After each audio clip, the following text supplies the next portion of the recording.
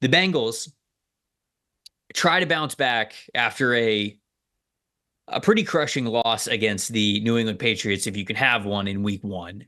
And it doesn't get any easier this week as they travel to Arrowhead to take on the Kansas City Chiefs. Now, this is a matchup that everybody should be very, very excited about because the Bengals and the Chiefs over the last 3-4 years have played some epic matchups in the playoffs and in the regular season.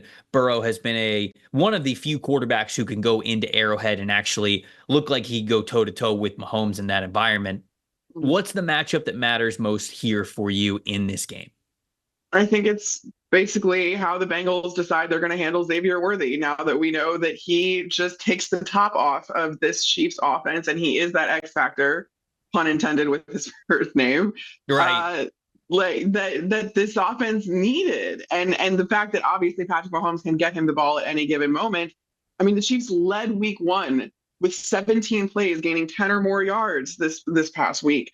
And Xavier Worthy had 2 receptions for 47 yards. So if you get him involved any more than that, I mean, we know he's capable of the explosive plays plus that end around touchdown for 21 yards. He's an absolute explosive play machine, and you need to be able to take him out of the game. So whether that's with Cam Taylor-Britt or Dax Hill, who was I think you talked about that being your hipster pick of the week last week. Yes. They're going to need those guys to really kind of put a cap on this offense and its capabilities and Xavier Worthy in particular.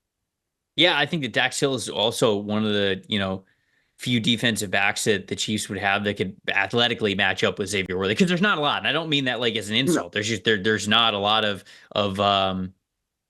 defensive backs that can match up with that speed, but I feel like Dax Hill is a good enough athlete to at least, contend for that. A matchup that matters to me, we saw, especially as the game went on with the Chiefs and the Ravens, Steve Spagnuolo in his bag exploiting whatever the weakest link was for the Baltimore Ravens, and he just moving moved Chris Jones all around. Yeah, I mean, like, it's an absolute cheat dangerous. code how they do that. And unfortunately for the Bengals, there is a glaring weak link on their offensive line, and it's at right tackle. So we saw as the game went on against the Ravens, Chris Jones aligning as a left defensive end, so going up against the right tackle, so left defensive end or Leo or like whatever you wanted to call his position and how he was aligned. 91.7 pass rush grade when going up against the right tackle in week one was Chris Jones. Trent Brown, who is the right tackle for the Bengals, 48.5 passing grade. So, sorry, pass blocking grade.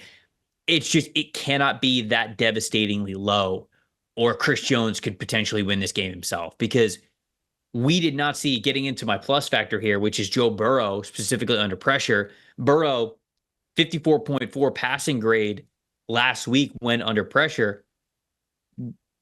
Turnover worthy play. I mean, it did not look good from Burrow under pressure. He was rattled. He was skittish.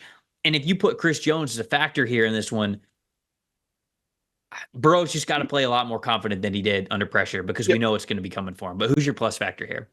That's actually a perfect segue into my plus factor, which is also Joe Burrow, except it is his last name spelled Burreaux, because I need him playing with the confidence we saw in college with his college teammate in Ja'Marr Chase. I like it. Do you see what I did here? I like it. I like it, Carmen. I like it. Because not only did Joe Burrow not play like Burrow, he played not. Ja'Marr Chase didn't either. But no, I'm going. I keep going. Like I said, I'm reeling on the LSU stuff right now. I'm engaged to an LSU guy. This is life for me now. It happens, people. It happens. 6 targets for Ja'Marr Chase. He did have 6 catches for 62 yards. 3 catches gaining a first down. But only had 1 catch gaining 15 or more yards.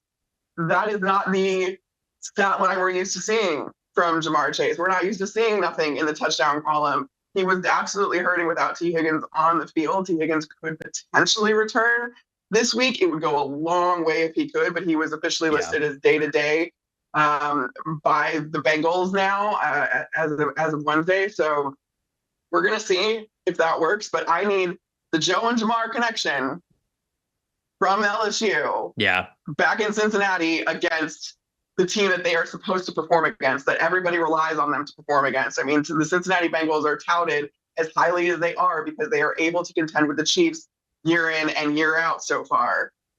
even given Joe Burrow's injury history. So I need to see it. Yeah, Give me Burrow. I was gonna say I don't really.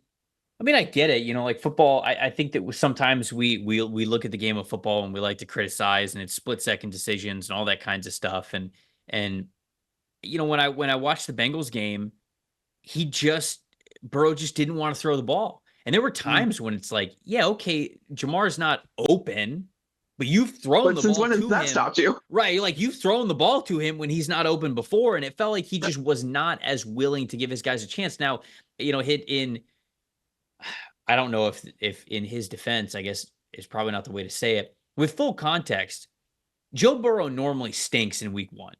And in fact, this past week was the highest single game week 1 passing grade he's had in his career. Now, there's been other things that have sometimes affected that, like injury or whatever, but like he did not play well, particularly well this past weekend. And that was his highest passing grade that he has had in a week 1 in any of his career. That's a great set. It's really shocking, but does not like week 1. The Bengals have not won an opening game since 2021. And it's just, I don't know. I don't know what it is. It takes this time. It takes his team. It takes Joe Burrow a couple of weeks to warm up. And it shouldn't, because you don't really want to be not going to get that weeks. He's not going to get that this season. They're going against the Chiefs now. I know. So all of a sudden, better look a lot better, or it's going to be tough.